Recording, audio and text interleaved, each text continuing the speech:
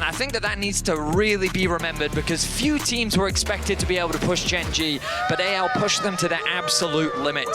One of the favorites for the tournament. We're not going to waste any time. We're going to jump into the draft, sponsored by Omen and HyperX. Rumble and Varus already taken away from the side of CFO, the Pantheon from AL. Not really that much of a surprise. So far, we're just seeing the very traditional meta bans, with Driver starting first, something we've gotten used to so far throughout spring from CFO. Sion is something you always have to think about as a big priority pick for him. I mean, hell, he's named after the champion. That was the inspiration for it. So I wonder if that is going to be high on the priority list, or if Flandre has got something prepared for us. That is the question. Flandre, obviously, in the good old days when he was on Snake Esports, did have some of those more eclectic picks, the Fizz, the Yasuo, things that he could really bring out to mechanically outplay his opponents. Now, his hands aren't quite as good as they used to be, but still has some of those pocket picks. Yorick one that we always have to look at. Obviously, Sion very good into the Yorick, though. Well, with the Nico band away, Twisted Fate is going to be left available. We've also got the Talia up as well for Hongq, should he want it. Pantheon gone, the Rumble gone, the Vi gone. Yeah, usually things like the Vi and the, well, I say that, yeah, the Xin Zhao going to rise in priority, the Azir as well. Maybe it's a trade here. Oh, and there is that Sion going to be taken away from Driver. So I do now wonder if it's going to be an Azir for Talia trade between the two mid lanes. That would make a lot of sense. Both Hongq and Shanks have had really good tournaments so far. Even in their losses, Shanks has had some exceptional individual moments. I'm thinking back to his Akali when he was 6-0 in that game. It looks like, though, it might not be the Azir Talia trade that we so often see. Annie has really risen to priority over the last few weeks here at MSI, and her ability to be engaged in a composition gives her a lot of power in mid lane. In the end, CFO are going to get the Xin Zhao locked in first here for Junja. Okay, so they want to give Junja something with agency. I mean, there's a lot of mid laners available that you can pair this champion up with, so I don't think CFO is feeling that much pressure. If anything, they want to see how AL react so they can respond in kind. Maybe they don't even have to pick a power pick in response. They could save those so much later into the draft. Perhaps Hongq has something prepared. We've seen his Aurora absolutely pop off. He also has the Victor as an option if he just wants to go for more of a scaling mid matchup. Talia is a very common response to the Azir. An old school response is also the Rise, a champion that can match on side lanes, can also get you that early push, naturally has weaker team fighting, but can still fit nicely when paired up alongside the Xin. With the Azir locked in for anyone's legend, they are currently looking towards the Poppy, which does stop Xin from doing a lot of the stuff he wants to do in the early game. Also stops the facilitated dive that Xin can allow. Jumps in with your Audacious Charge, Rakan jumps onto him. Leona follows up with a Zenith Blade. Poppy stops all of those dashes and can be flexed to support, although we are seeing it a lot more in the jungle right now. We've also already seen it come through twice from Tarzan, so I think you're very much right on the money that we're expecting it to be in that jungle position. We will wait and see, though, as we move back towards the CFO side. They're taking their time thinking about this. Talia is the natural expectation. It is such a strong pick on the meta. Pairs up nicely with the Xin, and also does well into the Azir because you can get that early prio, and you can just move around the map, and it's difficult for the Azir to follow. He just primarily wants to stay in that mid lane matchup, farm away, get to those first few items as quickly as he can. CFO, though, wanting to round out the draft. The question is, do they want to lock in an AD carry here? Maybe they want a little bit more dive, of course, into the Poppy. Something like Kai'Sa could be quite scary. Maybe they just want to lock something in for Driver. The Cassante is available. One of his favorites, the Gragas as well, looking to be the direction that's what they're going to go for.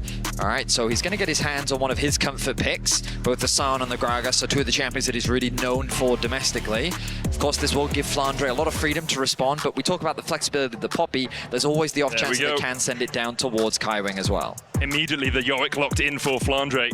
Never want to pick it blind, but it can work well in certain matchups. Gragas has quite a lot of innate sustain just from his passive and his kit, so not that easy to work him down, but getting the slows down, putting the walls down when he tries to go for the engage can help you out in that top lane 1v1.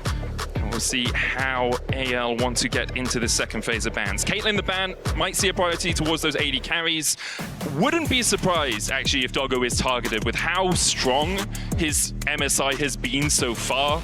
it's a really easy point of pressure to put on CFO if you can manage to take away some of his best champions. I will say, I want to say it was the T1 BLG series where a lot of the focus was actually on the support bans instead of AD carries. And I just preferred that strategy more simply because I feel that the AD carry pool just feels very open right now. There's so many options available to you. If you attack that engage support pool specifically, we know that like Leona, Rel, Rakan, Alistair, those are the kind of the main 5 engage supports. Yeah. And so if you pinch that pool, then you can kind of shepherd the enemy support into whatever you want. And for Kaiwing, we know him as an engage support player. Very true. Range supports are not his forte. His Bard was solid in the series versus Koi, for sure.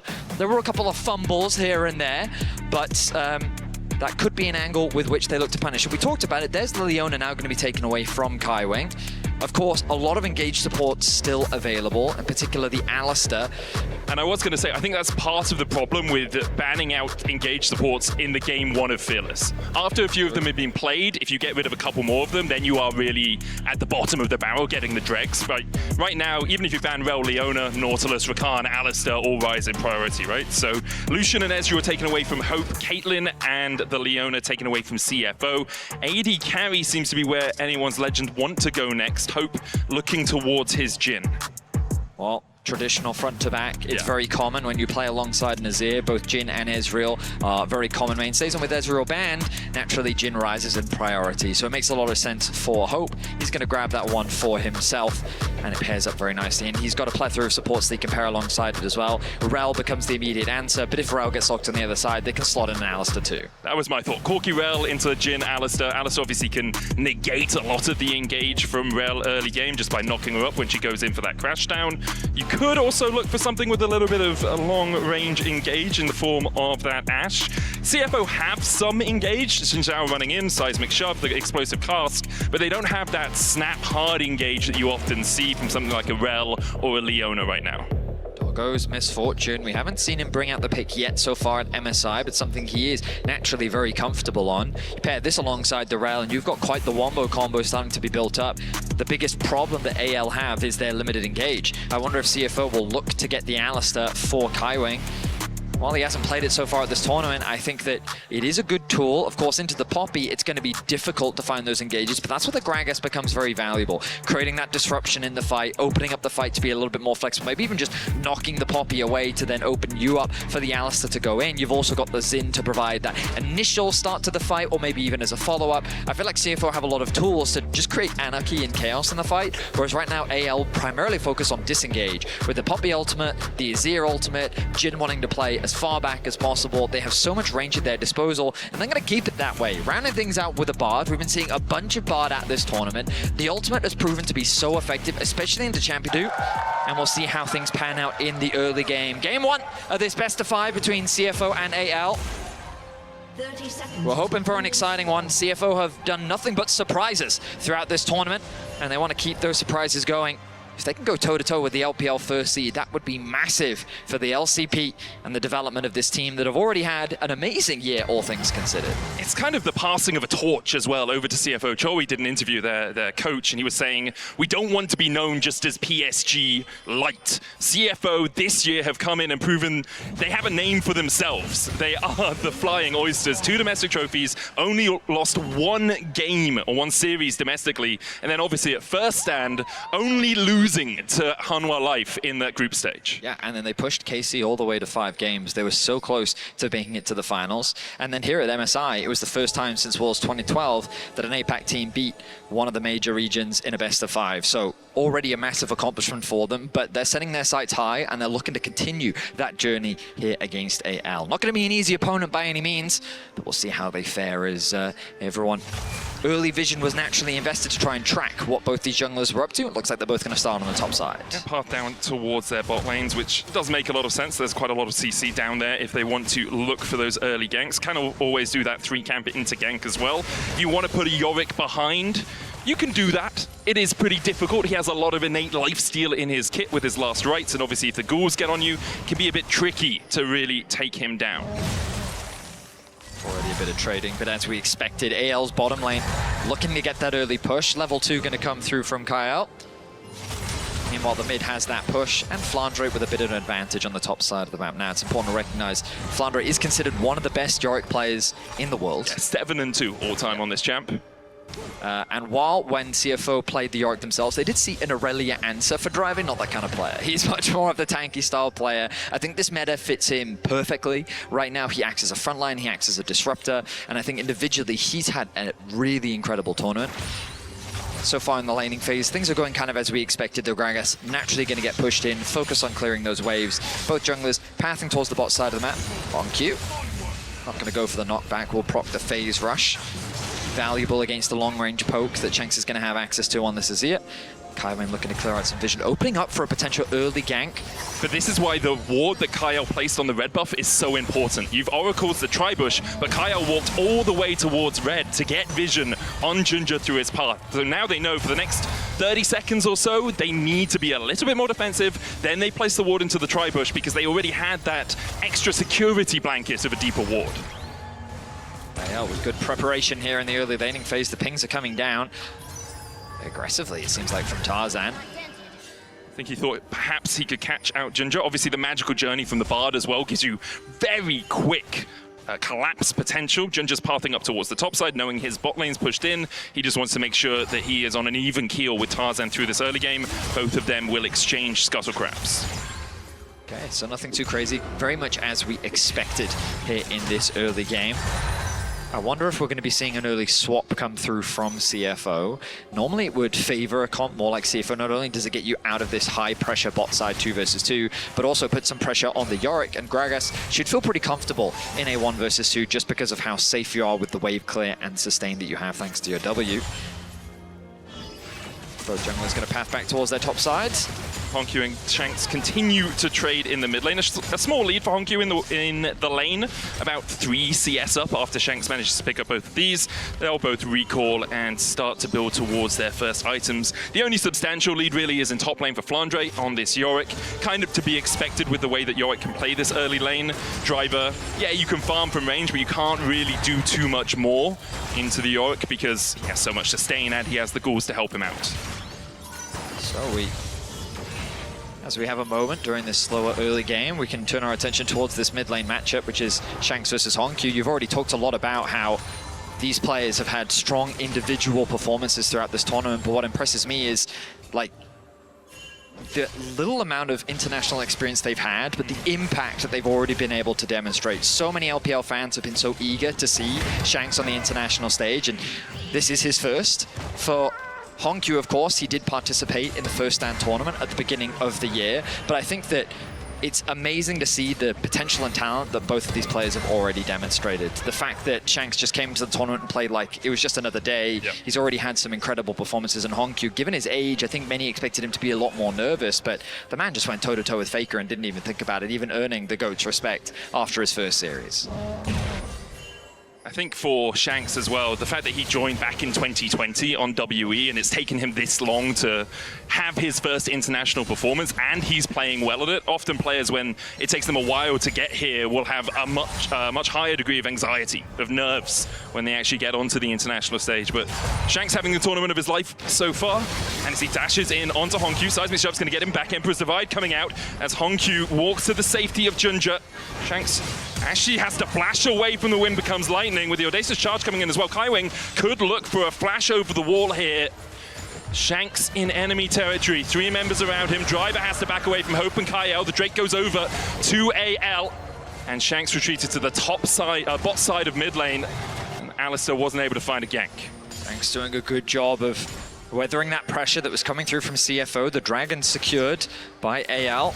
Now they can turn their attention to the top side to look to try and contest. Keep your eyes on the minimap and notice that Hope is already moving through the river. Shanks doesn't really have much HP to contest right now, but of course the grub's still over a minute away, so they shouldn't feel any immediate stress. But I imagine that, oh yeah, nice. Hope is just going to move towards the mid lane, catch this next mid wave. Yes, Kyle also returning from base, and they can send Shanks towards the bot side of the map. He's going to lose some farm as a consequence, but given that he's only 2 behind Honkyu in the mid lane right now, he's not going to be too upset off the back of that.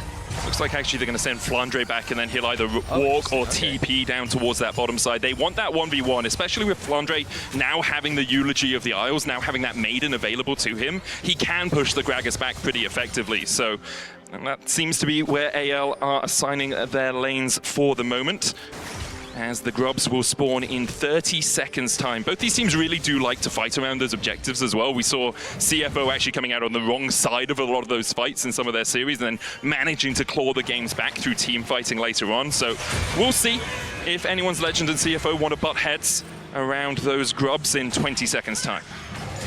Well, here comes that push from Flandre. Bit of wave clear going to be responded by Driver thanks to the Q. Keeping my eyes on the minimap though. AD carries are going to be matched up in the mid lane. Kind of as we expected, is it's that fight for prio over that wave. This will give you access to that topside river, but the vision control already invested from AL is solid, but the response from CFO is just as good. Thanks to the control they had on the top side of the map, they have some good control wards set down. They also have control over the Scuttle Crab, which is now going to disappear. But Tarzan, knowing that he has the push from Hope and Kyle, is going to put that vision right back down. Everyone on AL had a control ward in their inventories there. They already have 3 on the map as well, as Hope is chunked out a little bit by Doggo. The Make It Rain comes out as well, and as you say, great for CFO. Getting that enemy AD carry down to half HP. He is running through a potion and has the Caretaker's Shrines to heal him up a little bit. Something that we see often from these teams is you just try and fight, not around the objective, but in the lanes. That means that the... Oh, hang on a second. Junja in a lot of danger. Cosmic Binding just short. Crescent Guard coming out, but there's the Temper Fate, and Junja has to flash it.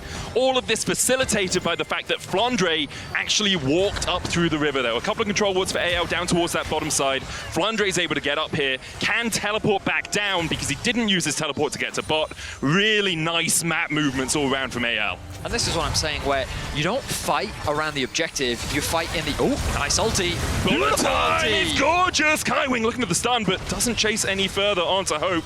Hope holds onto his flash through all of that.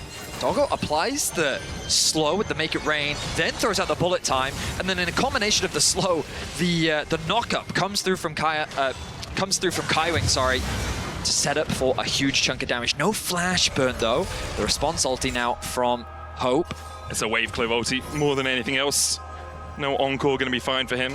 As Flandre trading with Junja down towards this bottom side. Kyle on the chase as well. It's a 3v2 right now in favor of CFO. Cosmic Binding coming out. Kaiwing still only level 5. Lands the knock-up explosive cast as well, but there's the flash and the smash into the wall, and Kaiwing is mown down by anyone's Legend. Nice punish from Tarzan. The flash into the wall connect means that there's little that Kaiwing can do to escape. He was so close to level 6 as well. If he had that extra point in his ultimate, that would have kept him alive.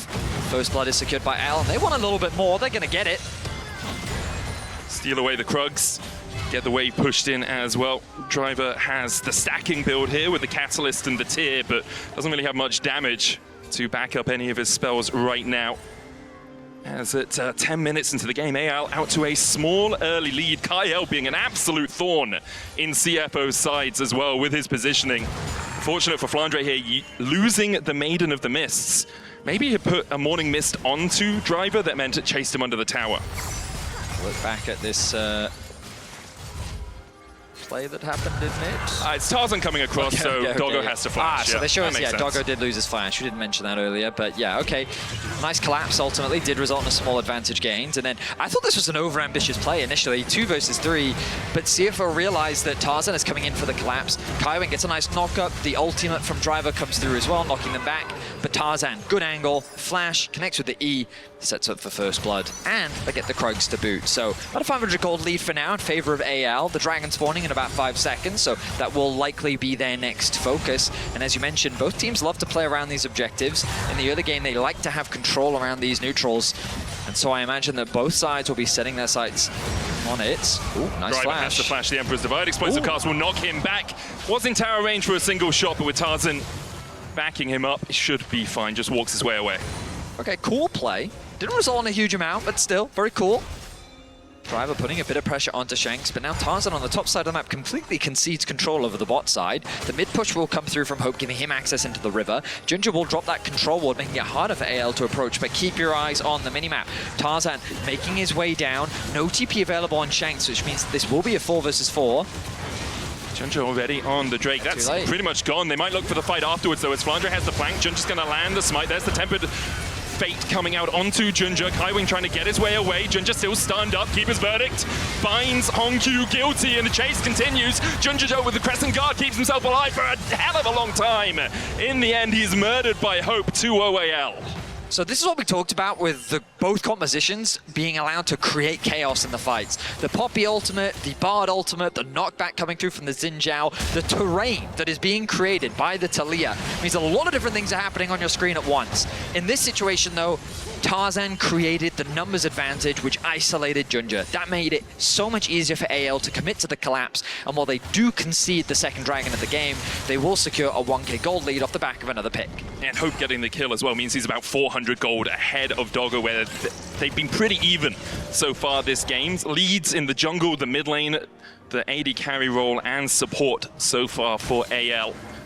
And this is something they've done so well this tournament. Their early games, even against Gen G, they were actually getting leads in the early game, 1-2k ahead, and then Gen G were finding really opportunistic fights to get themselves back into that series. For CFO, that's also been the watchword for them, opportunistic fights around those neutral objectives. So it's not too much of a sad situation, but you need to stop the bleeding at some point. I mean, I think that when you have two teams that like to play a little bit more of a controlled style in the early game that's very objective focused, naturally it comes down to who has the better setup and who has who's faster on the play. And I think what we're seeing is that CFO do still have good setup. They're very aware of playing around these neutrals, the fact that they even got that bot dragon, punishing the fact that Tarzan's on the top side of the map. The thing is that you have to remember is that AL, the one advantage I would say they have over CFO is that they're that much faster and that much more confident in their engages. They will not hesitate to start a fight, sometimes to their own detriment, but largely they're very aware of their positioning and they know how to take a very good fight. And this is something that CFO has to respect as Doggo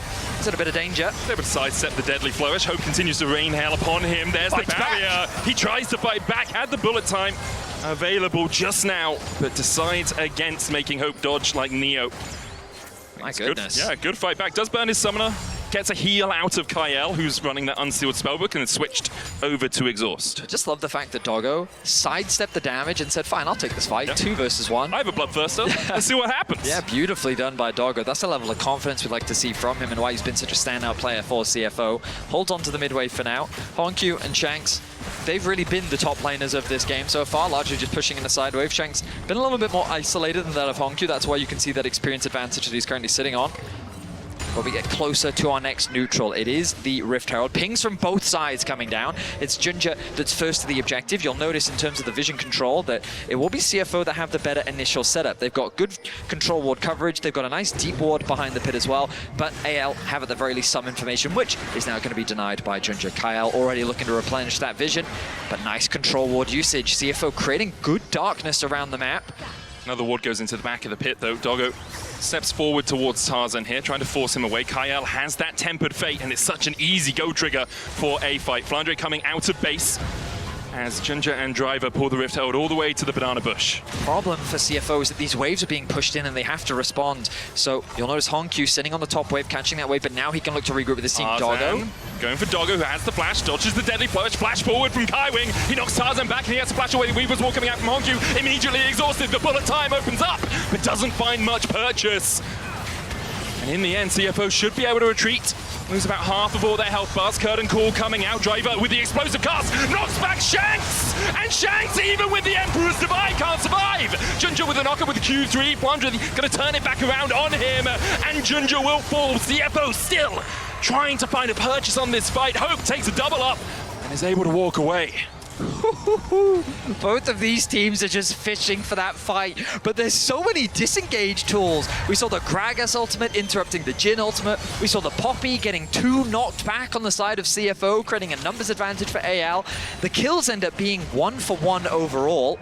But as we go back into this fight, you'll notice that it starts with AL looking for a pick onto Doggo. He seems isolated in the mid lane, but he does what he did before. He sidesteps, he plays with nothing but confidence, and Kaiwing looks and punishes.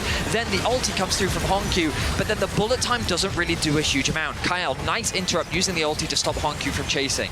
Then Hope says, you know what, I can get a really nice ulti here, and Driver says, that's my opportunity. Keep your eyes on Tarzan as he knocks a few members away, but Junja, that doesn't stop him from going in and setting up for Doggo to getting that kill. But now Junja's too deep.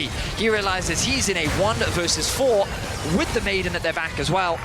So it ultimately results in a 1-4-1. A tense situation. The Herald doesn't go down, and you have to imagine that both teams are going to get back out onto the map and set their sights on this neutral once more. Importantly for AL, they did get the feat of warfare from that, picked up their 3rd kill, so now they just need another neutral objective to be able to secure the feats of strength. Currently, Junja on his own on that Drake should be able to secure it. AL immediately ping for the Rift Herald. They're willing to take this trade. They haven't stacked up the Drake's early game, so if they can just get this Rift Herald, they can get first tower on the top side as well. It's an explosion of gold for them.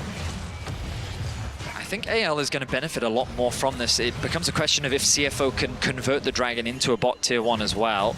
The bot tower has taken a decent amount of damage. This Herald is very slow, so while initially I thought AL had a pretty big tempo advantage, there should be a pretty good window here for CFO to set their sights on the bot lane. I love that they're doing this. Doggo and Junja. Flandre, he's overstayed his welcome. He needs to get away from this tower, has the Maiden. Puts it down, only a couple of minions here to really defend. Driver looking for the knockback, but Flandre flashes away the bullet time. Junja dashing forward, dodge this, says Doggo. Junja picks up the kill in the end, but meanwhile Rift Herald has been summoned in the mid lane as AL continue their advances. Kaiwin gets the knockback. Tempered Fate, Keeper's verdict. You're all alone now, Hongyu, as Tarzan looks for the knock into the wall but can't find it. Cosmic Binding will still land but doesn't get the stun. There's the smash, there's hope. Hongyu flashes, but a soldier finds his back as AL get 2 in the mid lane. Now the teams are starting to pick things up. I love the cross map that we saw from CFO, punishing Flandre, who's isolated on the bot side of the map, but AL respond with a punch of their own, immediately using the Herald to push down mid, look for picks, they convert it into a kill onto Hongyu, and ultimately they walk away the victors, I would say. They get the top tower, they get the mid tower, they get decent damage into the mid tier 2, they get a lot of value out of the back of this Herald. In exchange, the 3rd dragon of the game going to CFO as they get their bot tower as well. Whew. Back and forth from these teams, great cross maps, and you can see how tense the team fights are, but the player I'm keeping my eyes on is Doggo. I feel like he is playing with nothing but confidence in these fights. We've seen him use the flash once so far, but it's crazy that he hasn't been using it in the team fights. Yep. No matter what Tarzan does, he really just can't scare Doggo enough to use that summoner spell just yet. And on the other side of the rift, my eyes are all on Shanks. A 1.4 thousand gold lead now on this Azir. Nash's Tooth and Rylai is complete. He's been having a great tournament so far and continues to do so here at MSI this fine Monday. He's now in the bot lane pushing out Hongyu, who's only got 1 item. Seraph's is fully stacked though, and has a Horns and Guides alongside it. Next Drake up in 3 minutes time, but there's an Atakan to fight around down towards that bottom side in about 15 seconds. Usually we see teams just standing back from the Atakan, no need to force it, look for a fight around a different neutral and then go for it, but you never know. Unless your name is BLG. Unless your name is BLG. Or any of the European teams for some reason. Well, Atakan now makes its way onto the rift. I like this from CFO though. Setting up to try and take out Shanks. They know, ooh, he's quite far ahead as Kaio's knocked back with a seismic shot. Flashes, lands a good double binding, and Atakan helps him out. There's the Temper Fate, TP behind, as CFO continue to look for the fight, but that teleport's gonna take a hell of a long time to get there. And AL will just be able to retreat towards the mid lane. I like this response from AL. Hey, we just got the TP out from their top lane. Flandre, you go shove top as quickly as you can. Tarzan is deep here. But he's just stalling. This is the thing, because Talia's still in the bot lane. Talia has to go top because he's the only one with the teleport available. Meanwhile, while keeping the pressure in the jungle, AL have also opened up that mid tower for a little bit more damage. While Hope doesn't secure the tower, he's done what he wanted, which is put more pressure down. What's happening? Tarzan putting more pressure in the jungle. And this is the scary thing about AL. They just suffocate with all this pressure that they're putting everywhere on the map. And that fog of war, as our observers are showing for us now, notice how it's encroaching on CFO's territory. There's no dragon for a minute and a half. CFO should be able to reclaim space to get back towards contesting this dragon, but look at how much more uncomfortable it is compared to a few moments ago. CFO did take a good fight. It looked good, a decent number of trades, but the moment they committed that TP, that was a step too far, and AL punished them for it. You see Flandre still pushing out this top side, doing exactly what he needs to do on this Yorick. For CFO, one of their key weaknesses as well is they don't have someone that can really rat for vision, as I like to say. Get behind enemy lines, get some wards in there, something like a Rakan or even a Bard that can use some tools to escape if they are caught out a little bit. I just want to again bring our attention to this vision, because you'll notice that this line, it just hasn't been crossed by CFO for the last few minutes. They've got a little bit more vision into the entrance. You can see this blue ward. Now is their opportunity to do so. Now that AL have reset, the problem is all that vision that you've just replenished to you have to use it to clear out the wards. Meanwhile, AL are coming back out onto the map, refreshed, fully stocked. Look at that control wards. 2 for Flandre, 1 for Hope, 2 for Kyle. And that makes it very difficult for CFO to approach the river. AL with really good objective control, really good setup, great patient play from both sides. CFO, though, of course, not at a massive disadvantage just yet. The gold difference is starting to build, but they're still in a position to find a good fight. The important thing is the effective gold difference really only exists in the mid lane. There's 2 items on Ginger to 1 item on Tarzan.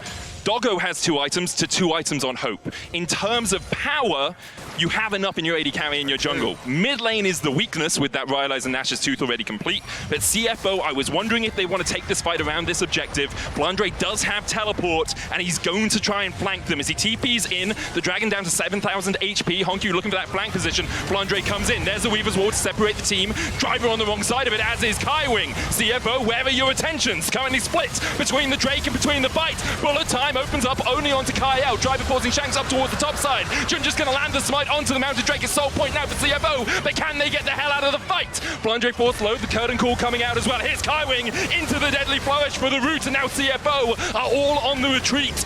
The river runs red with Kaiwing's blood, and Flandre wants to add more of CFO to it. Hope still on the chase. Doggo able to walk away for now, dodges the deadly flourish. AL might just have to accept 1 kill in the Otacon. We're seeing how spread out these fights are because of all the disengaged tools, but CFO get themselves to soul point. They still want to contest this. Tarzan. Tarzan in, there's the deadly flourish follow-up, and Shanks slides in.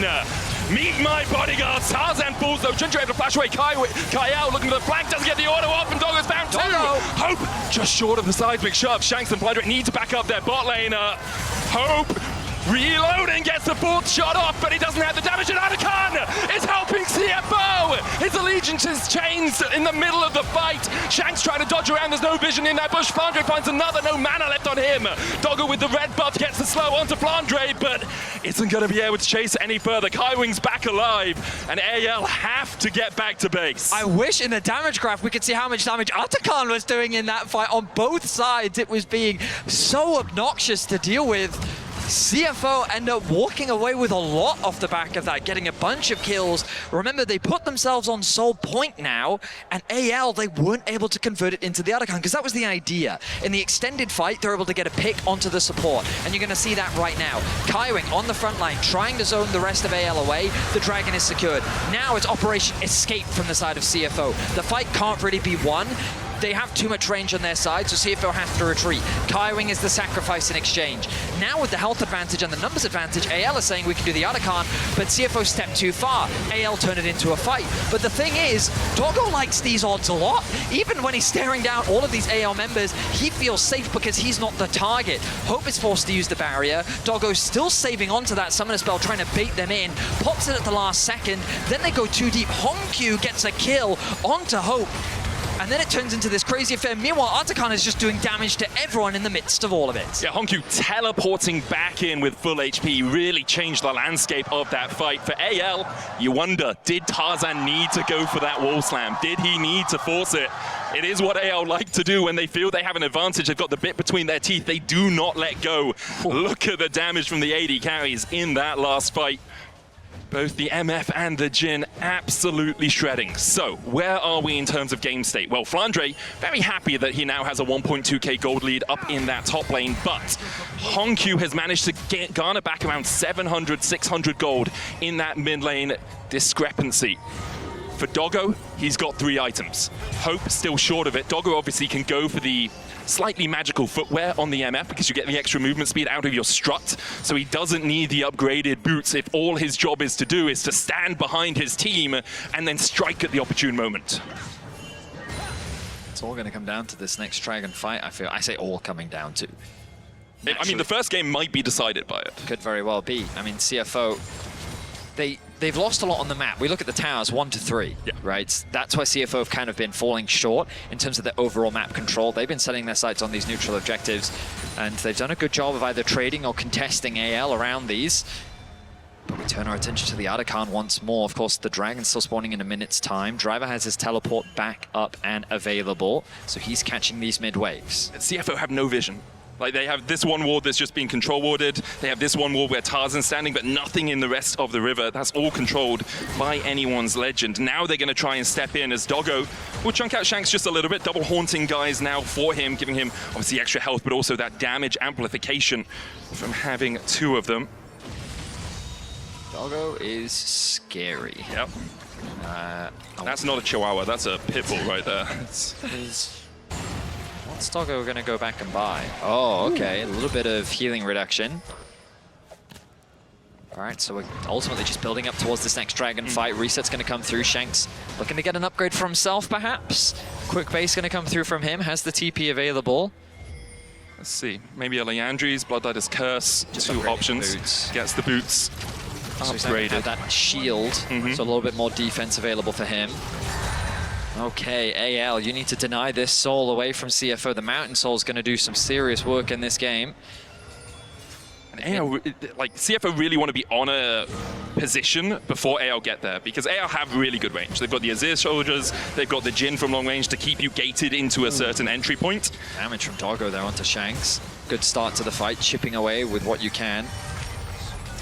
Driver's going to be the one to face check. Kyle there, knocked up, has the magical journey to get himself out. Driver locked up in the dark possession. Tempered Fate on 4. The keeper's verdict charged up and will knock out 2. Driver dives in, but the rest of his team are nowhere near him. Driver will fall after the stopwatch, and now CFO in a 4v5. Seismic shove just short on Tarzan. Do you keep fighting this, CFO? It's only our second Drake of the game. You can set up around the Atakan to try and distract them a little bit while they go for the dragon. Just want purchase into the river, and they're going to get it. Onq already used his ultimate, but Doggo's ulti is still available. Ginger, he has prime access to this dragon, but AL are not hitting it, or at the very least they're hitting it slowly.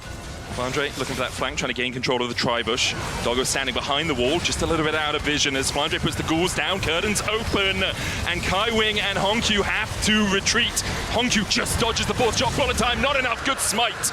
Coming out there for AL. They'll turn their eyes now towards the Atakan, but you got to wait a little bit because Driver is on his way back up. They decide against taking that objective, unsurprisingly, and they'll settle themselves for the Drake and a 4,000 gold lead. Bold move to convert that into the Atakan, so AL, they'll be happy with that. But the fight, in and of itself, very clean. Kyle gets a massive Tempered Fate onto 4. And notice that they didn't try and do something crazy. It wasn't like a Shanks goes in, 4-man ultimate. No, that's not the play. The play is Tarzan knocks away the carries. And then Driver, almost like he didn't recognize what was happening, goes in, ready for an engage. The knockback looks good on paper, but he turns around to see no teammates behind him, and that's because Tarzan had connected the ultimate, crucially, onto Doggo. Tarzan stepping forward once again. Hope looking for the deadly flash will land it, but only onto Kaiwing, who has that unbreakable will. No bullet time, no Weaver's Wall right now, nor is the curtain call available. CFO just trying to wrest control away from AL around this Baron, and they've done so successfully. No vision in the river at all for the LPL #1 seed. Kyle needs to be careful, yeah. He was very worried there about who was waiting in the fog of war. These towers are just not falling. They're so close! A lot of standing gold available for CFO to grab if they can just get a winning team fight, get some access onto these towers, but the wave clear from AL is scary to deal with. That's the problem, right? You've got a Yorick on one side who has the Maiden and all the ghouls, and then you have an Azir on the other side. It's like as soon as a wave is within vision, it is dead. So for CFO, it really is win a fight, then take those turrets, then take those neutral objectives. For AL, they can play a little bit further back. It's happily scaling up right now. Leandri's almost complete for Shanks, who still has over 1,000 gold lead. Flandre has finished the spear and is building up to his next item as well. He's going to be a menace on the side lane. Very difficult for either Driver or Hongq to deal with him at the moment. Hongq is the one assigned to that duty, but his duty is very much just accept the wave and clear it out with the threaded volley rather than anything else. Game is in a very tense state right now. 31 minutes in. CFO still at Soul Point. The Baron, of course, always a big point of contention. Azir and MF, both champions that can take that objective down very quickly. HonQ as well would provide a huge amount of zone control, and that's the thing about both these comps is whoever's first on the objective, it's not that easy for the other side to just approach. I would argue it's a little bit easier for CFO because they do have Kaiwing and Driver, but even then, they have to take a lot of damage in order to get close, ready for the engage, and even if they do, there's so many disengage tools on the side of AL, but it's the same the other way around. AL don't have the most reliable engage. They do have, of course, the Bard ultimate to create some, as a way to start a fight, or even to just gain some space in the river, but CFO approaching an MF and a Talia blind can be very scary stuff, so having control over these neutrals is really important, and that's why AL has put so much focus on this vision control while pushing out these side lanes. The farm continues, Dragon spawning in about 1:45. Doggo going back to base. Will they have enough to get the upgrade? Yes, he will. Mortal Reminder finished off. AL, though, still controlling this top side of the map. Flounder just still pushing out bot side. Has that Jack show alongside the Spear and the Trinity Force. Driver has upgraded his Seeker's Arm Guard into a Zhonya, so has another stasis in this next fight. It's looking at 3 items apiece pretty much across the board, apart from Doggo, who has managed to get himself to that mark of 4. Now, this is something Yorick can do, and it's pretty sneaky. He's going to start up the Otacon by himself. He can do this entirely alone. Does not need assistance from the Jhin. Hope is going to come across, but there's no vision at all for CFO on this bot side. So the question is, do they realize, do they pull the trigger?